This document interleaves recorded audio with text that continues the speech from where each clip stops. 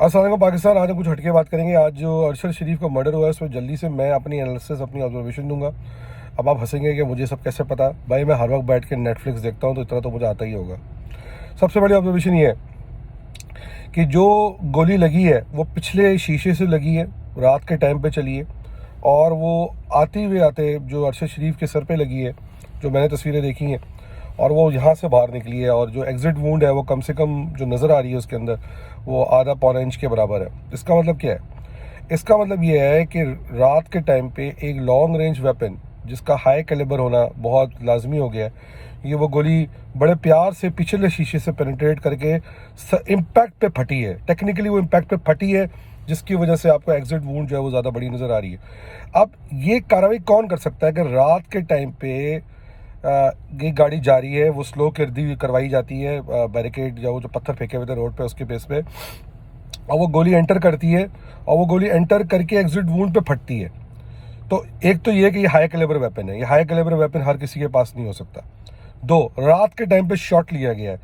ठीक है, मूविंग गाड़ी के अंदर शॉट लेना किसी भी स्नैपर के लिए जो हमने फिल्में देखी हैं उसमें इतना आसान काम नहीं हो सकता। तीन, रात के टाइम पे आइडेंटिफाई करना कि आपने गोली सही गाड़ी सही बंदे के सर पे हेड शॉट लिया है, आपने जिस भी डिस्टेंस से लिया है, तो ये एक एक्सपर्ट ही का काम हो सकता है। यहाँ तक बात क्लियर हो गई? तो इसका मतलब है कि उसके पास जो भी स्कोप लगा हुआ होगा वो या पर थर्मल होगा या उसके अंदर कोई और किस्म की मैकेनिज्म होगी जो टारगेट को आइडेंटिफाई कर रही है, क्योंकि वो गोली किसी और को नहीं लगी ना, ड्राइवर को नहीं लगी। ड्राइवर जिंदा ही है, वो ड्राइवर है कहाँ, वो तो एक अलग बात है। तो thermal scope, high calibre weapon, long range weapon रात के टाइम, ये एक एक्सपर्ट का काम है। आप भी जानते हैं, हम भी जानते हैं केनिया की जो पुलिस है वो कितनी एक्सपर्ट होगी, आप भी जानते हैं। और अगर उसने इस तरह का कोई कौन सा वेपन, कौन सी पुलिस जो होती है वो हाई कैल वेपन अपने साथ लेके घूम रही होती है, वो AK-47 कैरी कर रहे होंगे या किसी और किस्म की सब मशीन गन्स कैरी कर रहे होंगे। वो इस तरह का वो बस्ट नहीं है, और वो बस्ट अगर उस तरह का होता तो आप ये देखिए कि जो गोली पेनिट्रेट की है पिछले शीशे से और अगर सर पे लगी है वो शीशा भी टूटना चाहिए था साथ में। एक बड़ी अच्छी बात कही किसी ने, मैं पढ़ रहा था कीनियन ने जर्नलिस्ट के उसमें, कि लैंड क्रूज़र V8, कीनिया में भी लैंड क्रूज़र V8 है, उस पर आम आदमी नहीं घूमता, उस पर गोली मारना किसी आम पुलिस वाले के लिए आसान काम नहीं है। तो अगर इसको थोड़ा सा एनालिसिस करें और इस मफरूज़े को मान लें कि ये किसी एक्सपर्ट शूटर का काम है, तो भाई एक्सपर्ट शूटर जो होते हैं वो हर रोज़ लोगों को जाकर ठोकते नहीं है। तो इसका मतलब ये है कि वो जो भी शूटर है या तो वो एक्सपर्ट है, और वो एक्सपर्ट जो है उन एक्सपर्ट शूटर्स की कॉस्ट भी ज़्यादा होती है। ठीक है, जो हमने फिल्मों में देखा है अक्सर, $1 मिलियन, $500,000, ये वो पता नहीं क्या क्या। तो ये $5 लाख, $7 लाख, $8 लाख किसी टुच्चे का काम तो है नहीं। हम ये मान लेते हैं कि ये किसी टुच्चे का काम है कि अगर रोड पे चलते हुए जो है वहाँ पर घूम रहे होते हैं तो उनको गोली मार दी गई होती है, छुरा से मार दिया गया होता, जैसे अक्सर मर्डर आपने देखे होंगे, लंदन में भी हुए। तो ये किसी एक्सपर्ट शूटर का काम है, और एक्सपर्ट शूटर 4-5 लोगों से पहले कम पे कार्रवाई नहीं करेगा। और उसकी जो सर्वाइवल है वो ये, रात का फायर, लॉन्ग रेंज फायर, गोली का फटना सर पे आके, और सबसे इंपॉर्टेंट टारगेट आइडेंटिफाई होना रात के टाइम पे। ऑल ऑफ दिस इंक्लूड, और गाड़ी भी टिंटेड है जो मैंने तस्वीरें देखी हैं।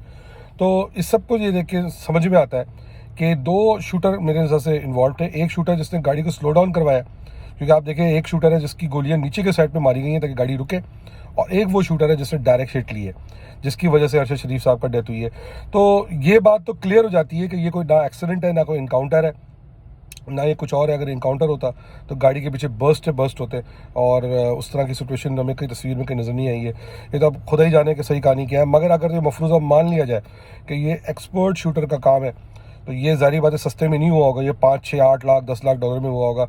और आप किसी पे 5, 6, 8 लाख, $10 लाख तभी खर्च करते हैं जब आप उससे बहुत ज़्यादा की अपनी बचाना चाह रहे होते हैं, या उससे बहुत ज़्यादा कि वो बंदा आपको कॉस्ट करने वाला होता है, या उससे बहुत ज़्यादा वो बंदा आपके लिए रिस्की होता है। और ये ऐसा नहीं होता शूटर रोडों में घूम रहे होते हैं, इनको रीच आउट करने के लिए भी जो है बहुत मुश्किल काम है। हम हर आदमी नहीं कर सकता ये काम, तो बहुत मुश्किल काम है, इसको ज़रा समझने की ज़रूरत है। ये अगर आज अफसोस की बात यह है कि जिस तरह खेला गया है, हादसा दिया है। और अगर एक और आप चीज़ नोट करें, शूटर ने तो अपनी कार्रवाई डाली है, केनियन पुलिस या तो डफर है या बिकी हुई है, तो उसको भी तो पैसे दिए होंगे ना गलत स्टेटमेंट देने के लिए। तो ये देख लें आप, ये कम से कम नुस्खा $5 से $10 लाख पे जा रहा है। ये किसी आम आदमी का काम नहीं है। ये पैसा किस किस के पास है पाकिस्तान में खर्च करने के लिए, ये मैं आप पे छोड़ता हूँ। अरशद शरीफ साहब की अल्लाह ताला जो है उनको जवाहर रहमत में जगह अता फरमाए। वो शहीद हैं। पाकिस्तान जिंदाबाद।